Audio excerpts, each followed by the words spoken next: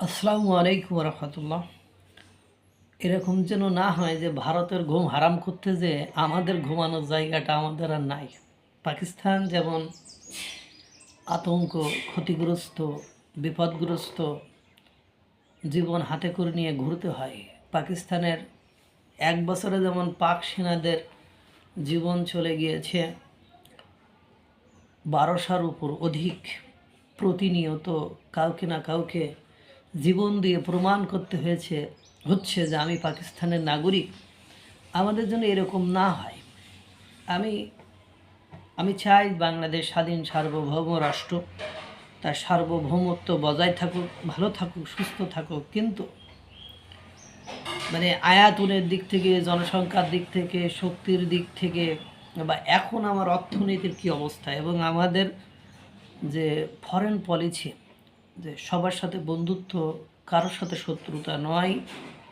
আর আমাদের দেশের ছোট একটা রাষ্ট্র, উন্নয়নশীল রাষ্ট্র, তাদেরকে ঠিক এই সূত্রের বাইরে থেকে বের হয়ে যাওয়া অর্থ হলো আমাদের জীবতী হওয়া, অর্থ হলো আমাদের আফ্রিকার মতো নগণ্য জঘন্য কিছু দেশ আছে, উগান্ডা হয়ে যাওয়া, এরকমই একটা অবস্থা। ইতিমধ্যে আমাদের দেশের অর্থনীতিবিদরা বলে ফেলেছে যে উগান্ডার জিডিপির গ্রোথ আমাদের জিডিপির যে ভ্যাটের যে সিস্টেমটি, এটি আমাদের চেয়েও শক্তিশালী। আর যাই হোক, যে কথা বলছিলাম, আমরা দেখা যায় ভারতের ঘুম হারাম করতে চীনের J-10, পাকিস্তানের JF-17 এবং 16টি ইউরো ফাইটার টাইফুন কেনার পরিকল্পনা করেছে। কিন্তু আপনারা কি জানেন যে ইউরো ফাইটার টাইফুন কেনার পরে পরিচালনা করা, প্রশিক্ষণপ্রাপ্ত কী পরিমাণ ব্যয়বহুল, এটা অনেকে হয়তো বা জানেন না আপনারা। এরপরে ভারতের শত্রু তুরস্ককে ডেকে নিয়ে এসে বাংলাদেশে আধুনিক অস্ত্রশস্ত্র তৈরি করতে চাচ্ছেন। কিন্তু আমি দেখেন, আমি আপনাদের বাংলাদেশের নাগরিক হিসাবে আমি বলছি না যে বাংলাদেশ এগুলো না করুক, কিন্তু কথা হলো আপনি করার আগে একটু ভাবুন যে এত অস্ত্র তৈরিতে, অস্ত্রের শক্তিতে, গতিতে তুরস্ক এত এগিয়ে, এত যোজন যোজন শক্তিতে এগিয়ে গেছে, বা তারা নাকি বিশ্বের অস্ত্র শক্তিতে বিশাল নির্মাণে বিশাল শক্তিশালী পাওয়ারফুল রাষ্ট্র।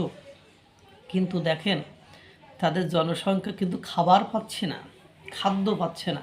আপনি যদি না বেঁচে থাকেন, আপনি যুদ্ধ করে কি করবেন?